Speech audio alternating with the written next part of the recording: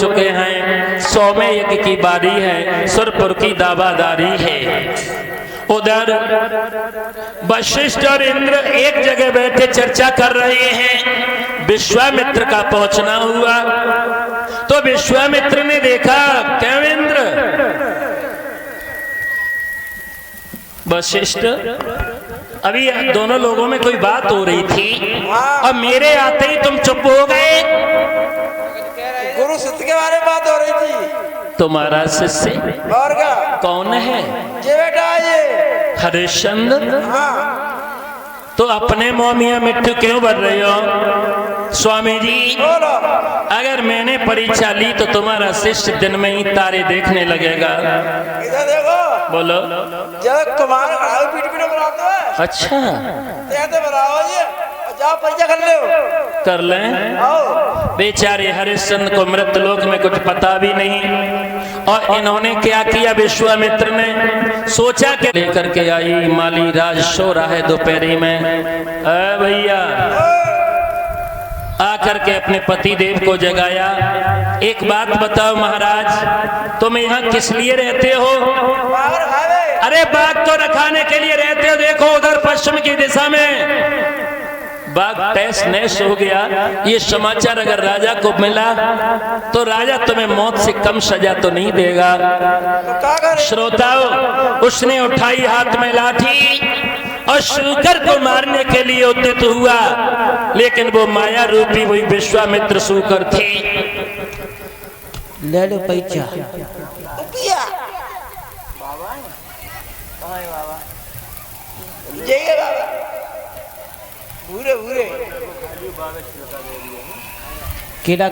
ये वैभव कुमार जी जो हमारे दादा श्रीमान कढ़ोरी लाल पाल जी, उनके ही नाती का आया है।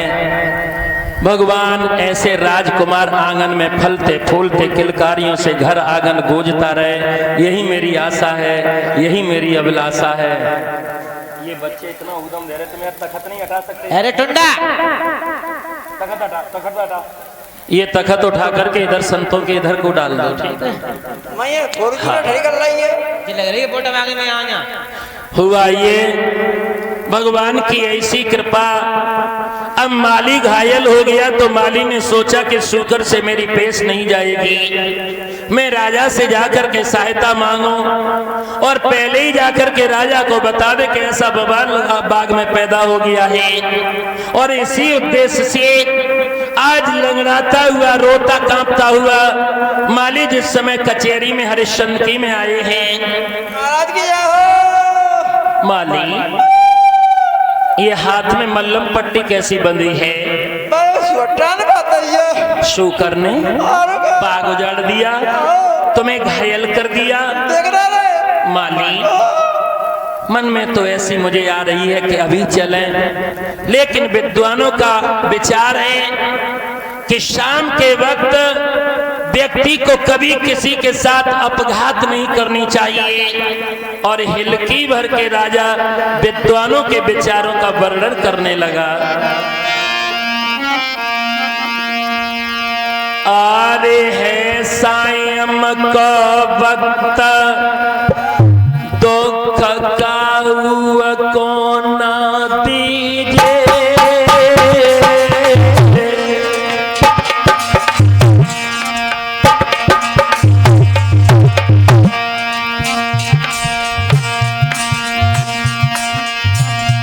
अरे है सायं को वक्त, दुख का को ना दीजिए।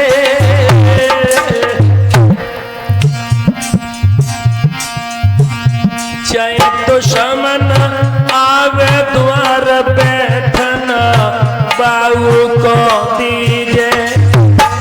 शाम के समय अगर तुम्हारा दुश्मन से दुश्मन भी अगर आ जाए तो उसे भी जलपान कराओ, दरवाजे पे बिठाओ, ये धर्म नीति कहती है।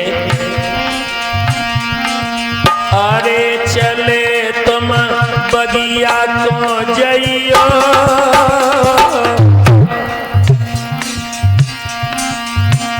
और रहियो।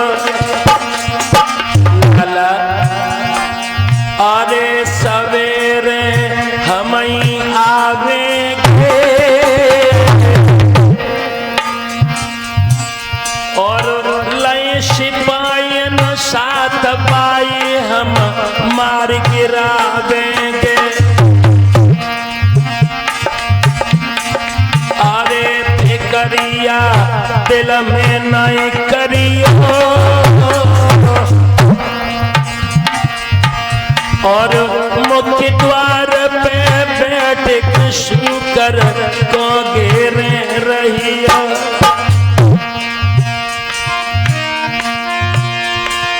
अरे हरि हर बोल मेरे भाई, और कर्म लेखना मिट करो चाहे लाखों चतुराई।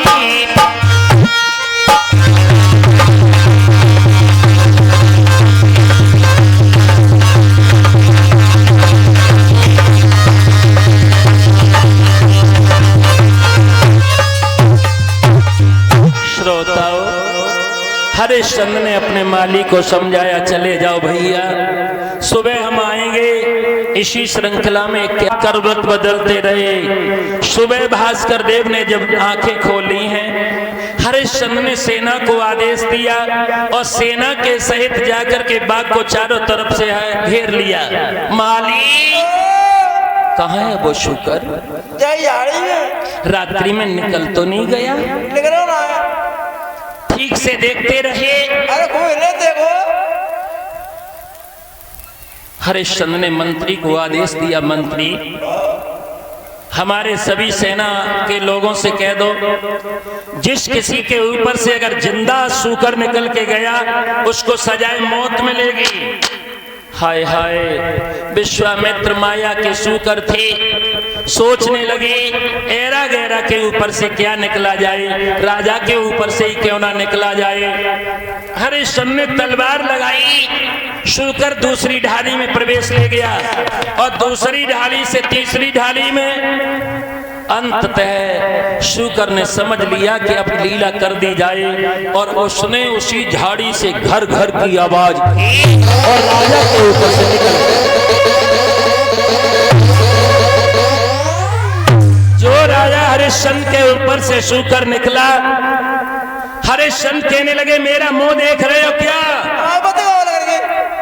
तो चलो उसका पीछा करते हैं।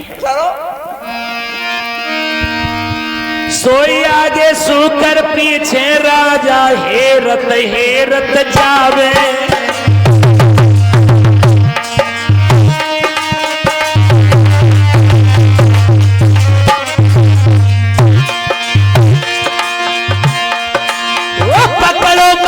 पकड़ो मारो ऐसे बचन सुना में।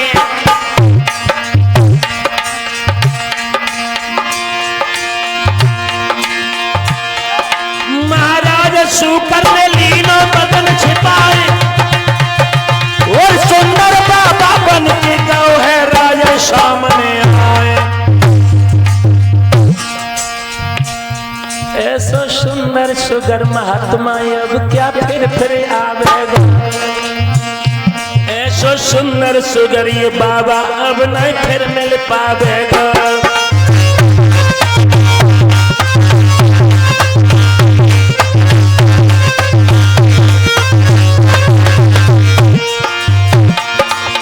फिर नहीं आवेगा, फिर नहीं आवेगा बाबा, फिर नहीं आवेगा। ऐसा सुंदर सुंदर महात्मा भैया। हरिश्चंद्र पीछा करते रहे और शूकर एक घनी जंगल की झाड़ी में घुल गया। उधर से एकदम बड़े बड़े गुरिया डाल करके सामने आए महात्मा जी। हरिश्चंद्र ने जैसे ही देखा, स्वामी जी को प्रणाम स्वीकार हो। चिरंजीव रहो भगवान, आपने इस मार्ग से एक दौड़ते हुए भला शूकर को देखा है? शूकर को? हाँ। आप शूकर का क्या करेंगे? हम शूकर की मौत करेंगे। जी महाराज। क्यों? अरे हम तो तुम्हारे पास आ रहे थे। आप तो किसी देश के राजा माने बन रहे हो। स्वामी जी कैसे पहचान लिया? आपके मस्तक की गल्लारी बता रही। भगवान, आप त्रिकालदर्शी संत हैं, आपसे क्या छिपा है? भगवान, तुमने ठीक पहचाना, मैं हरिश्चंद्र हूँ, अयोध्या का राजा। आप ही हरिश्चंद्र? हाँ सुना, नाम तो सुना होगा हमारा। नाम तो सुना था लेकिन देखे नहीं थे, आज देख भी लिए। देख लिए? हाँ मैं हूँ।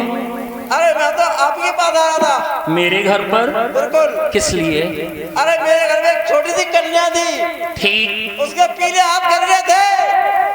मैंने सोचा कुछ दान दहेज मिल जाएगा तो अपनी बेटी के पीले हाथ कर दूंगा, लेकिन आप तो खुद ही, मैं जा रहा हूँ। नहीं स्वामी जी, मैं हत्यारा नहीं हूँ। क्रोध के आवेश में आकर के मैं ये कार्य करने जा रहे थे, वो तो बहुत अच्छा हुआ जो तुम मिल गए, तुमने मुझे पाप से बचा लिया। स्वामी जी बोलो। चल करके तुम्हारी इच्छा में महल में पूरी करेंगे। हमको कैसे मालूम होगा कि आप देने वाले, हम झोली पधार के लेने वाले? स्वामी जी महल में चल करके आप जो भी मांगेंगे वो मैं पूरा दूंगा। हम ऐसे विश्वास नहीं करेंगे। देखो राजा हरिश्चंद्र इसी बात को लेकर के फंस गए। जो भी मांगोगे दान करो, लेकिन उसमें मर्यादा रखो। मर्यादा, कोई किसी की पूरी इच्छा कभी नहीं कर पाता है।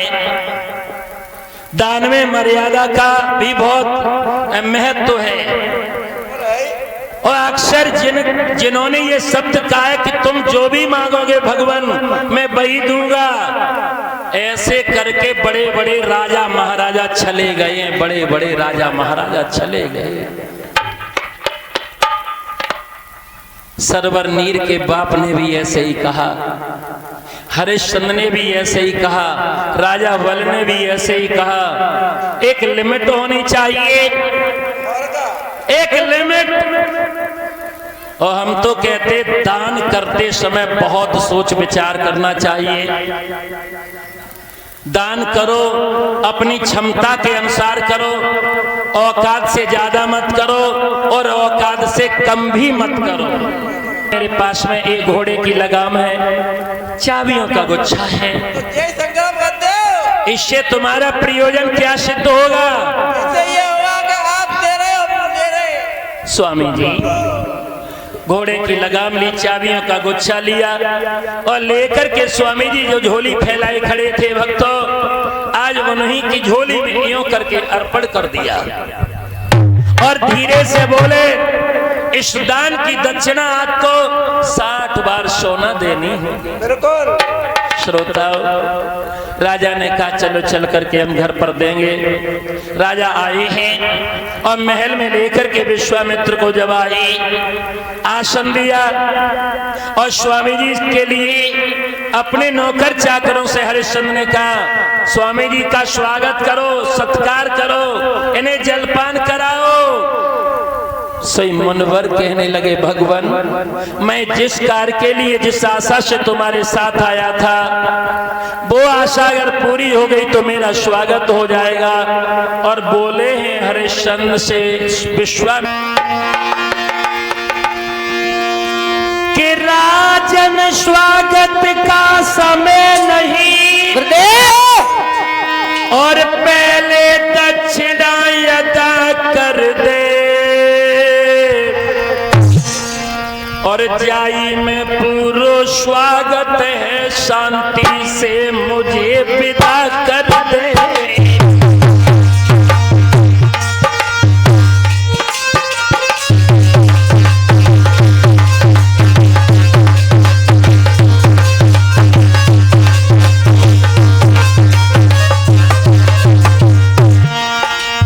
जैसे ही राजा ने सुना, खजांची से कहा खजांची जाओ 60 बार सोना खजाने से लेकर के मुनवर को दीजिए। चाबी? हाँ हाँ चाबी दे रहा हूँ, चाबी दे रहा हूँ। राजा ने खजांची बुलवाया, आज्ञा दी सोना लाने की। तब बाबा जी ने कई डाली है बात न बात ठिकाने की।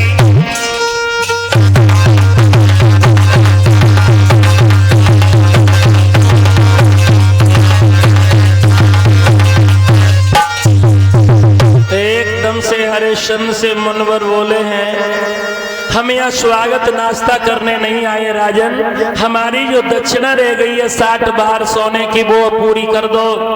हरिश्चंद्र ने कहा मुनवर मैं ये चाबी और घोड़े की लगाम देकर के असमंजस में पड़ गया हूँ, मैं समझ नहीं पा रहा हूँ। समझा देंगे। समझाइए। आपके महल में जितने कमरे हैं ठीक उसके मालिक हाँ हाँ और आप जितनी दूरी पर राज्य है उसके अधिकारी मालिक आप बिल्कुल। ये आइए। प्रजा, ये नौकर चाकर, सब मेरे, ये प्रजा, ये सब मेरी प्रजा। और इतनी कह करके एकदम से विश्वामित्र उल करके सिंहासन पर विराजमान हो गए।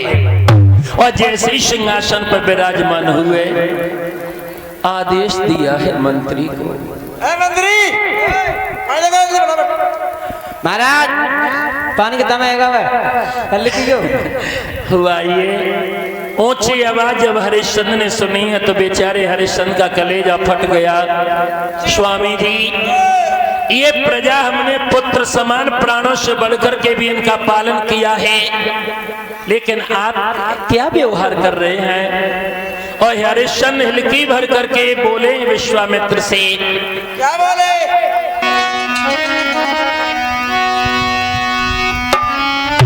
अरे हमने गद्दी दई और आपकी भई सकल राजधानी, अब मन आवे सो करियो रे का संत मेरे सोतियानी।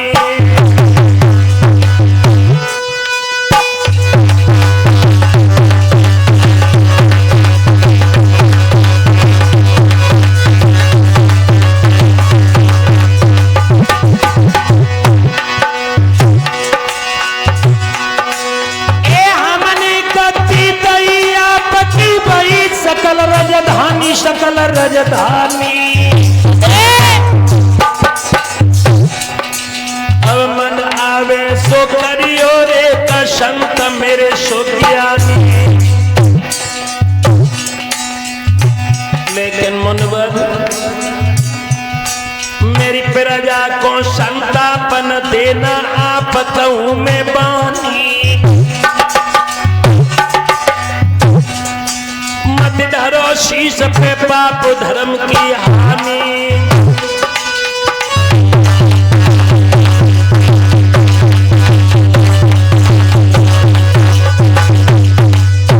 एकदम से हरिश्चंद्र बोले महाराज ऐसा व्यवहार मैंने ऊंची आवाज में कभी प्रजा के किसी प्राणी से नहीं कहा। विश्वामित्र कहने लगे तो तुम मुझसे मना कर दो, मैं चला जाऊंगा। अभी कुछ नहीं बिगड़ा। स्वामी जी थोड़ा मुझे वक्त दीजिए, मैं अपनी रानी तारा से महल में जाकर के परामर्श करके अभी आ रहा हूँ। मेरे पास टाइम नहीं है, जल्दी आओ। हाँ मैं जल्दी आऊंगा। और विश्वामित्र से आदेश लिया। हरिश्चंद्र अपनी रानी के महल में पहुंचे हैं। तारा ने अश्वमेध समय अपने प्रीतम को आते हुए देखा, सुंदर सा आसन दिया, बैठ तो गए हरिश्चंद्र, पानी लेकर के आई, मगर हरिश्चंद्र को दिया तो हरिश्चंद्र ने पानी पीने से इनकार कर दिया। चेहरे पर चिंता की लकीरें हैं।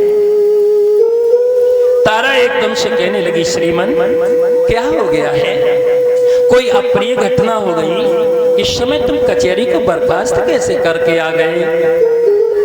हरिश्चंद्र कहने लगे तारा आज एक बहुत बड़ी घटना हो चुकी है। हमें एक संत ने आकर के ऐसा गुमराह किया, उनके कहने से मैंने घोड़े की लगाम और चाबियों की गुच्छा को पूरा हवाले कर दिया, लेकिन दक्षिणा के रूप में उन्होंने हमसे 60 बार सोना मांगा है और रानी मेरे पास में अब कहीं से देने की कोई व्यवस्था नहीं है। जो इतनी शब्द सुने हैं एकदम से तारा कहने लगी वाह, इतनी तुच्छ सी बात को लेकर के तुम यहाँ इतने उदास हो रहे हो। एक बात ध्यान में रखो भगवान, हमारे तुम्हारे पूर्वज इस जगत में आए तो क्या कुछ लेकर के आए थे, या यहां से जा गए तो कुछ लेकर के गए हैं? नहीं राजन, अगर भगवान ने कोई दुख दिया है तो जरूर कोई न कोई उपाय बताया होगा। अगर परमात्मा ने कोई बीमारी दी है तो उसका उपचार भी दिया होगा। संतों की वाणी बताती है कि विषम परिस्थिति में व्यक्ति को केवल धीरज ही काम देता है। धीरज रखो। और भक्त और रानी राजा इस प्रकार से आपस में चर्चा कर रहे हैं। रोहिताश खेलता हुआ उधर से आया है।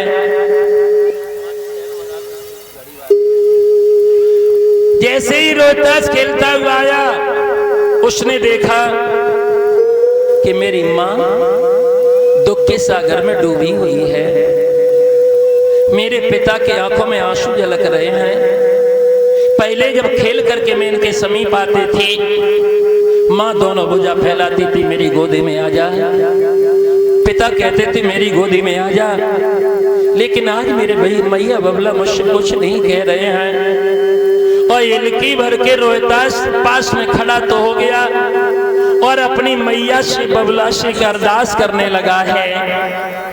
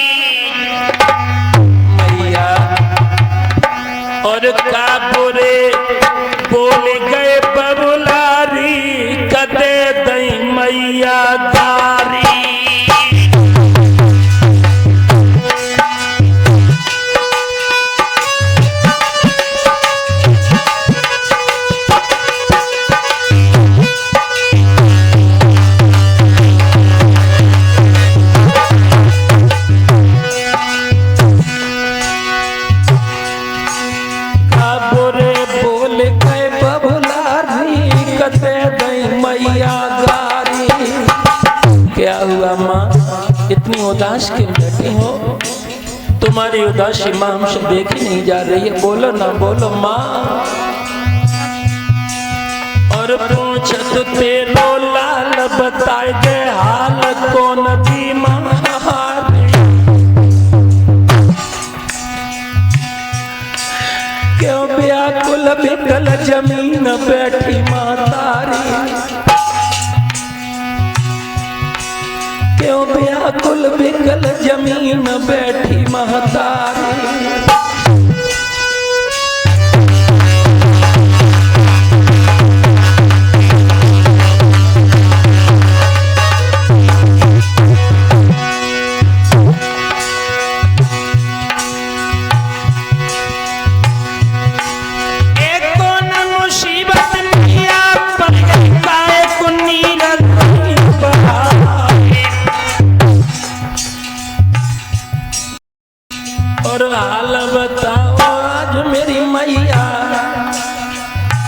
बबुला ने दई फटकार।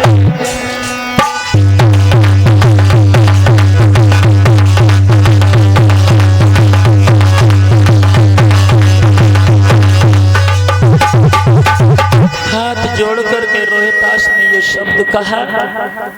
एकदम से छाती से तारा ने अपने बेटे को लगा लिया। लाला, आज तेरे पिता पर बहुत बड़ा संकट आ पड़ा है। जब रोहिताश ने सारी बात जानी तो कहने लगा, माँ ऐसा ना करो, हम तुम चल करके कहीं नौकरी करके किसी की ताबेदारी करके दे दूंगा। हरिश्चंद्र कहने लगे, लाला ये दक्षिणा की मुद्राएं हैं, ये एक मुश्त अदा करनी होगी, ये किस्तों के द्वारा नहीं दी जाएंगी। एकदम से कहने लगा, रोहिताश ऐसा न करो माँ, हम तुम तीनों प्राणी चल करके कहीं बिक जाएं तो। जो बिकने की बात सुनी है तो हरिश्चंद्र कहने लगे, देखो रोहिताश, दास की जिंदगी बहुत कठिन होती है। पराधीनता का तुम्हें अभी कष्ट का अनुभव नहीं है। जब हम किसी के अधीन हो जाएंगे, बिक जाएंगे, वो हमारे ऊपर इतने जुल्म ढाएगा, आप कैसे सह सकते हैं। एकदम से तारा बोली, प्रीतम समय के अनुसार सुख मिलता है तो व्यक्ति को सुख भोगना चाहिए, अगर दुख मिलता है तो उसका डट कर के सामना करना चाहिए। और तीनों प्राणियों में परामर्श हो गया, विश्वामित्र के समीप आ गए। विश्वामित्र ने जब जानी तुम तीनों प्राणी बिक जाओगे, हाँ आपका कर्ज अदा हो जाए महाराज। विश्वामित्र कहने लगे हम तुम्हें ले कहाँ चलेंगे।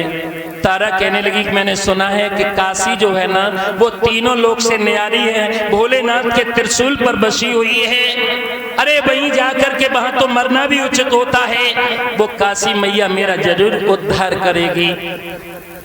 विश्वामित्र कहने लगे ऐसे ही चलोगे या ये राजसी वस्त्र बदलोगे।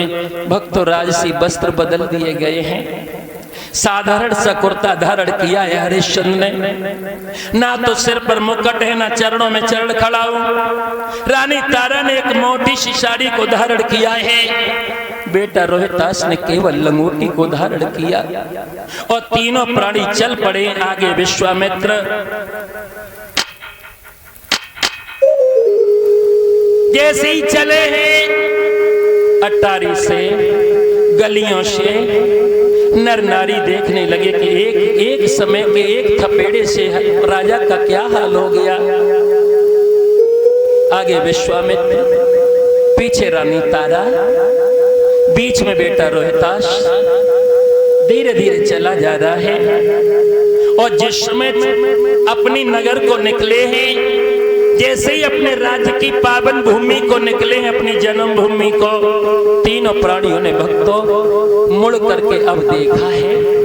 वहीं से मिट्टी को मुट्ठी में उठाया और उठा करके मिट्टी को आज अपने मस्तक से लगा करके चूमने लगे। जननी जन्म भूमि स्वर्गादप गरियसी, माँ जन्म देने वाली माँ से बढ़कर के जन्म देने वाली भूमि होती है। हे माँ, अगर मेरा जीवन रहा तो मैं अयोध्या तुझ में जरूर लौट करके आऊंगा। पूरे अयोध्या में मातम छा गया। और तीनों प्राणी मुट्ठी में मिट्टी भर करके अपनी मातृभूमि को नमन करते हुए बोले हैं,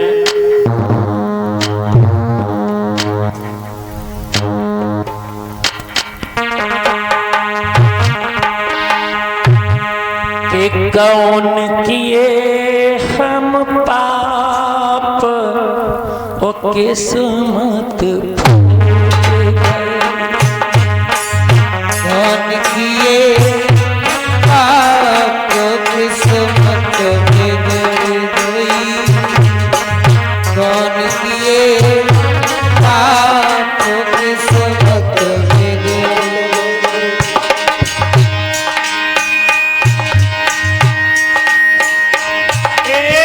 कौन किए हम पाप ये किस्मत फूट गई, हमसे रजनी हमारी छूट गई। हमसे राजधानी हमारी छूट गई, हमसे राजधानी हमारी छूट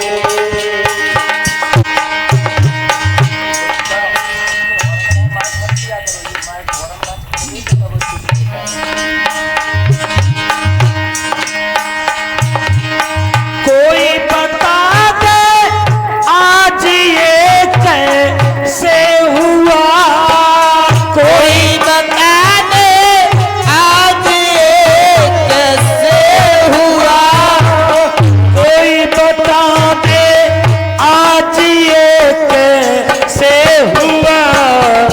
जीवन की हमारी सूख गई, जीवन की गलियां हमारी छूट गई, जीवन की गलियां हमारी छूट गई। अरे कौन किए हम पाप ये किस्मत फूट गई, कौन किए हम पाप ये किस्मत फूट गई। हमसे राजधानी हमारी छूट गई, हमसे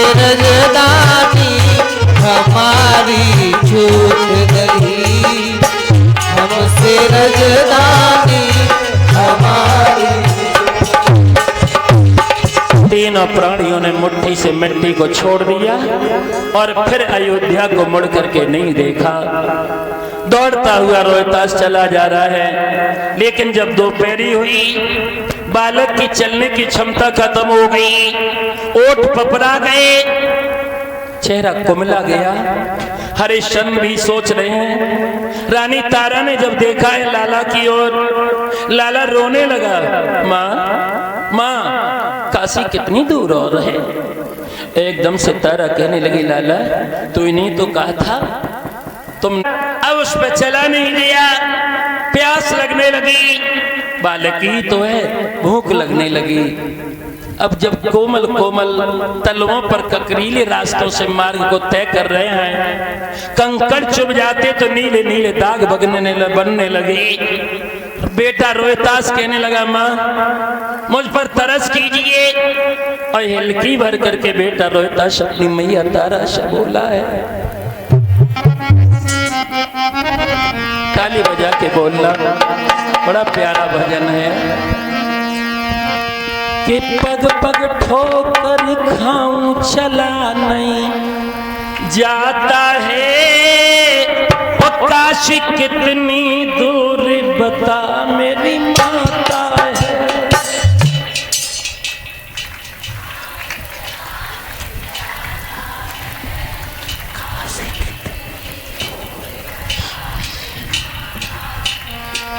गाइए गाइए, सब लोग बोलिए।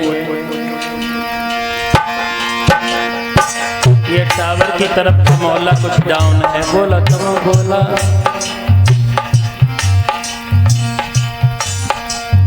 पग पग ठोकर खाऊं चला नहीं जाता है, काशी कितनी दूर बता मेरी माता है। पग पग ठोकर खाए चला नहीं जाता है, काशी कितनी दूर बता मेरी माता है। लाला अभी काशी बहुत दूर है, चलो। बेटा कहने लगा, माँ अब कैसे चले?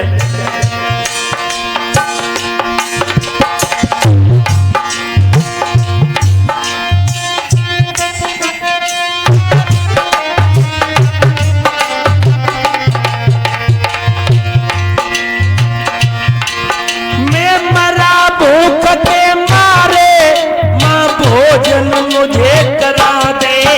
मैं मरा भूख के मारे, कोई भोजन मुझे करा दे।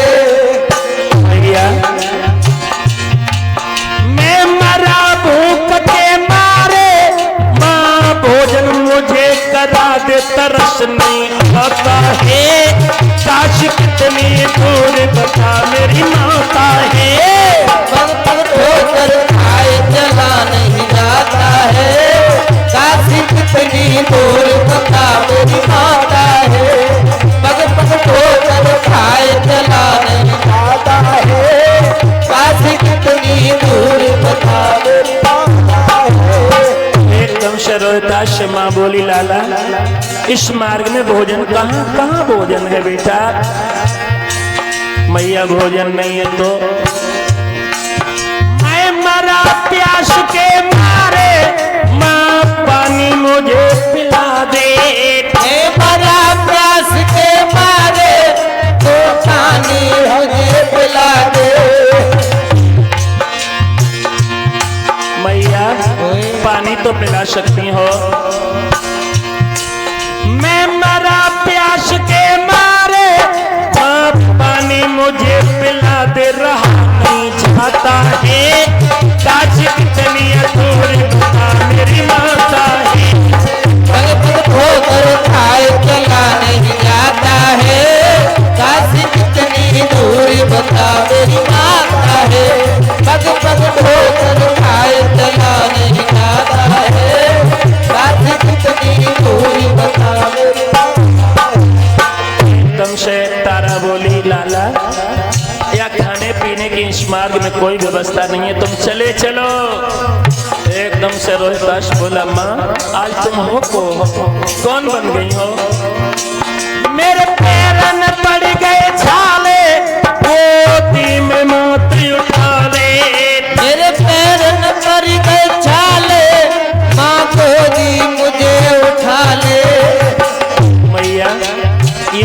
सकती हो तो। भोजन नहीं है कोई बात नहीं, पानी नहीं है, मैं बिना पानी के चल रहा हूं, लेकिन माँ इन तलवों को तो देखो। मेरे पैरन पड़ी रे छाले, गोदी में मत उठा ले। पैरन पड़ी रे छाले, माँ गोदी मुझे उठा ले। चला नहीं जाता है काशी कितनी है दूर, बता मेरी माता है। खाए चला नहीं जाता है, काशी कितनी दूर, बता मेरी माता है। खाए चला नहीं जाता है, काशी कितनी दूर, बता मेरी। जैसे रानी तारा रोहिताश वार्ता करते करते एक दिन एक समय काशी के ऊंचे ऊंचे कंगूरे दिखाई देने लगे, तो विश्वामित्र कहने लगे चिंता ना करो, काशी नजदीक आ चुकी है। काशी के चौराहे पर जब इन्हें लेकर के आवाज लगाई, काशी के लोगों हम 3 दास दासियों को लाए हैं, अगर जिस किसी के यहाँ दासों की कमी हो हमसे 20-20 भार की कीमत दे करके हमसे खरीद सकता है। अरे भैया काशी के लोग टूट पड़े हैं, आज उस बेचारे राजा हरिश्चंद्र की कीमत होने लगी।